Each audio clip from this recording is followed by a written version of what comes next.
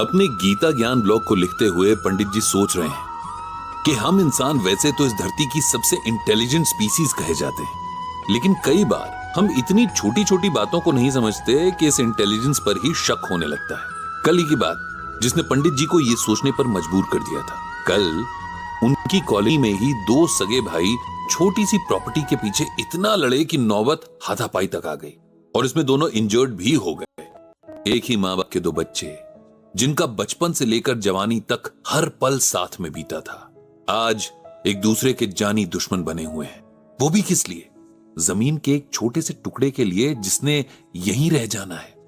आज उन दोनों के पिता ने कॉलोनी के बुजुर्गों को बुलाया है ताकि सब मिलकर इन दोनों को समझा सके, मामला घर तक ही रहे, कोर्ट कचहरी तक ना पहुंचे।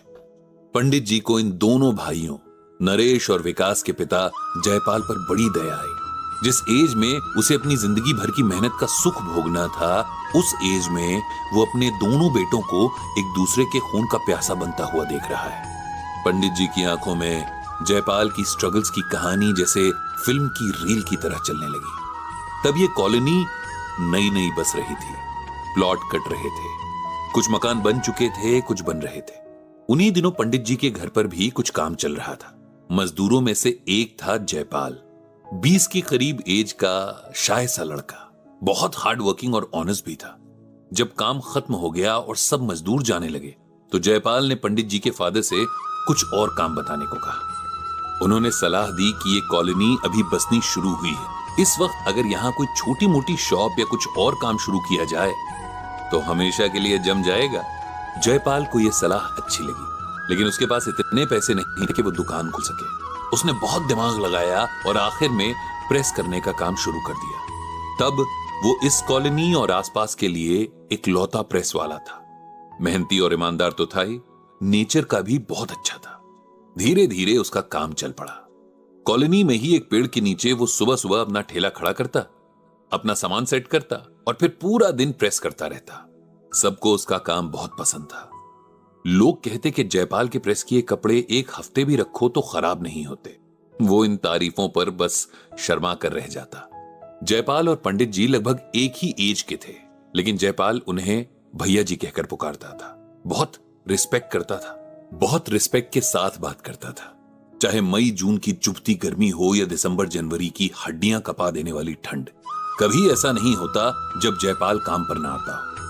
उसने अब इतना कमाना शुरू कर दिया था कि अपना खर्च निकाल कर थोड़ा बहुत पैसा गांव में अपने पेरेंट्स को भेजने लगा था। उसने कॉलोनी के ही एक खाली प्लॉट पर प्लॉट ओनर की परमिशन लेकर अपने लिए छोटी सी झोपड़ी बना ली थी। झोपड़ी के आसपास उसने खुदाई करके छोटी छोटी क्यारियां बना ली और उनमें सीजनल सब्जियां बोता था। खुद भी खाता था और कॉलोनी के लोगों को भी बांटता था। पंडित जी के फादर की तो बहुत ज्यादा रिस्पेक्ट करता था। उनको तो खुद खाने से पहले ताजी सब्जी पहुंचा देता था। 3-4 साल बाद जयपाल के घर वालों ने उसकी शादी तय करवा दी। उसकी पत्नी भी बड़ी सीधी साधी और मेहनती लड़की थी। उसका नाम सुशीला था। जब वो शादी के बाद पहली बार जयपाल के पास रहने आई, तब वो सबसे पहले उसे पंडित जी के परिवार से मिलवाने लाया था कि इस जगह पर यही लोग हमारे गार्जियंस हैं। पंडित जी के फादर और पूरे परिवार को उसका ये जेस्चर बहुत अच्छा लगा। सुशीला ने भी जयपाल का हाथ बटाना शुरू कर दिया था।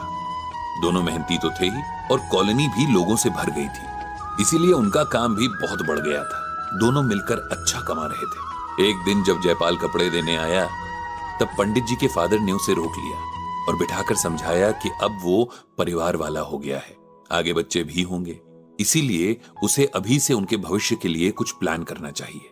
उन्होंने कहा कि जहां वो पत्नी के साथ झोपड़ी बनाकर रह रहा है, कल को अगर उसके प्लॉट का ओनर वहां घर बनाने लगे तो उसके पास रहने की जगह नहीं बचेगी और ऐसे में वो परिवार के साथ कहां भटकता फिरेगा। इसीलिए टाइम रहते हुए उसे अपने लिए घर का इंतजाम करना चाहिए। फिर उन्होंने जयपाल को कॉलोनी में ही एक छोटे से प्लॉट के बारे में बताया जो बिकाऊ था और उसके ओनर को तुरंत पैसे चाहिए थे, इसीलिए वो सस्ते में वो प्लॉट बेचने को तैयार था। जयपाल ने मुसीबत के लिए कुछ पैसे बैंक में सेव कर रखे थे, लेकिन वो काफी नहीं थे, इसीलिए उसने अपनी वाइफ की ज्वेलरी गिरवी रख दी और वो प्लॉट खरीद लिया। आज उसके पास छोटा सा ही सही अपना एक जमीन का टुकड़ा हो गया था। सुशीला और जयपाल इस बात से बड़े खुश थे। इस प्लॉट के एक हिस्से पर उन्होंने अपनी झोपड़ी बना ली। फिर कुछ साल के अंदर उनके 2 बेटे भी हो गए। एक छोटा सा हंसता खेलता परिवार था जो अपने आप में बहुत खुश था। जयपाल ने अपनी हैसियत के हिसाब से बच्चों को पढ़ाया लिखाया। उनको बेहतर जिंदगी देने के लिए सुशीला और जयपाल ने एक दूसरी कॉलोनी से भी प्रेस के कपड़े लाने शुरू कर दिए थे। दोनों ही अपने बच्चों को अच्छा फ्यूचर देने में कोई कसर नहीं छोड़ना चाहते थे। बच्चे भी पढ़ाई में ठीक ठाक ही थे और पढ़ लिख कर अब जॉब कर रहे थे। जयपाल ने अभी तक भी अपना काम नहीं छोड़ा था। उसका कहना था कि जब तक अपना शरीर काम कर रहा है हमें काम करते रहना चाहिए। उसी जयपाल के दोनों बच्चे अब इस प्लॉट के लिए लड़ रहे हैं, क्योंकि बड़े वाले को अपना बिजनेस शुरू करना है और उसे पैसे चाहिए। छोटे वाला भी अपना बराबर का हिस्सा मांग रहा है, जिससे बड़े वाले को पैसे कम पड़ जाएंगे। और झगड़ा इसी बात का है। पंडित जी को इस बात का बहुत अफसोस था। दोनों बेटों में से कोई भी अपने पेरेंट्स के बारे में नहीं सोच रहा था कि प्लॉट बिकने के बाद वो दोनों क्या करेंगे, कहां रहेंगे। जिन बच्चों के लिए दोनों ने दिन रात इतनी मेहनत की, अब उनके बच्चे उसका ये फल दे रहे हैं। शाम को 4-5 बुजुर्ग जयपाल के घर पर इकट्ठा हुए। सबने अपने अपने तरीके से नरेश और विकास को समझाया। दोनों सबकी बातें सर झुकाकर सुन रहे थे, लेकिन उन पर अमल कितना करने वाले थे ये कौन जानता था। अब पंडित की बारी थी। उन्होंने अपनी बात शुरू की श्रीमद् भागवत गीता के इस श्लोक से। मयि सर्वाणि कर्माणि सन्न्यस्य अध्यात्म चेतसा निराशीर निर्ममो भूत्वा युध्यस्व विगत ज्वरः। इस श्लोक में भगवान श्री कृष्ण अर्जुन से कहते हैं कि हे अर्जुन, अपने सारे कार्यों को मुझ में समर्पित करके मेरे पूर्ण ज्ञान से युक्त होकर, लाभ की इच्छा छोड़कर, स्वामित्व के किसी दावे के बिना तथा आलस्य से रहित होकर युद्ध करो। तुम दोनों को इस श्लोक को सुनाने का मतलब यह है कि तुम जो भी कर रहे हो वो तुम्हारा काम नहीं है। तुम्हारे पिताजी ने सारी जिंदगी मेहनत की, ये उनका कर्म था। अब तुम दोनों को अपना कर्म करना है, और तुम्हारा कर्म एक दूसरे से लड़ना नहीं है, बल्कि अपने लिए अपनी सिचुएशन से लड़ना है। जिसे अपना बिजनेस खड़ा करना है उसे अपने हिस्से की मेहनत करनी है। जिसे घर या जमीन चाहिए उसे अपने हिस्से की। इसी संघर्ष को भगवान ने युद्ध कहा है। अगर तुम दोनों अपनी अपनी मैं यानी ईगो छोड़कर बिना सक्सेस या फेलियर की परवाह किए बिना अपना कर्म करो, अपने काम को पूरी तरह मेरे हवाले यानी भगवान के हवाले करो, मतलब मुझ पर विश्वास रखो, तो तुम वो सब जरूर पाओगे जिसकी इच्छा रखते हो। जो तुम्हारा नहीं है, जिसे तुमने अपने कर्म से नहीं कमाया है, उसके लिए लड़ने का तुम्हें कोई नहीं। नरेश और विकास की आंखों में पछतावे के आंसू थे। उन्हें शायद अपनी गलती का एहसास हो गया था। दोनों ने पंडित जी के पैर छू लिए। पंडित जी ने भी उन्हें गले से लगा लिया था। घर लौटते हुए पंडित जी मन ही मन भगवान श्री कृष्ण से सबके मन को प्रेम से भर देने की प्रार्थना कर रहे थे।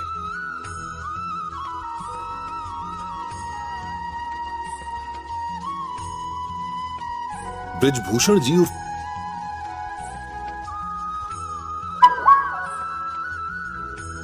पंडित जी अभी अभी मार्केट से लौटे हैं। इतनी भीड़ भाड़ कि उनको तो घबराहट ही होने लगती है। बहुत कोशिश करते हैं कि मार्केट ना जाना पड़े, लेकिन फिर भी अब महीने में 1-2 चक्कर तो लग ही जाते हैं। आज भी कुछ बहुत जरूरी काम से जाना पड़ा। गीता पढ़ते पढ़ते पंडित जी भी फिलोसोफर हो गए हैं। सारा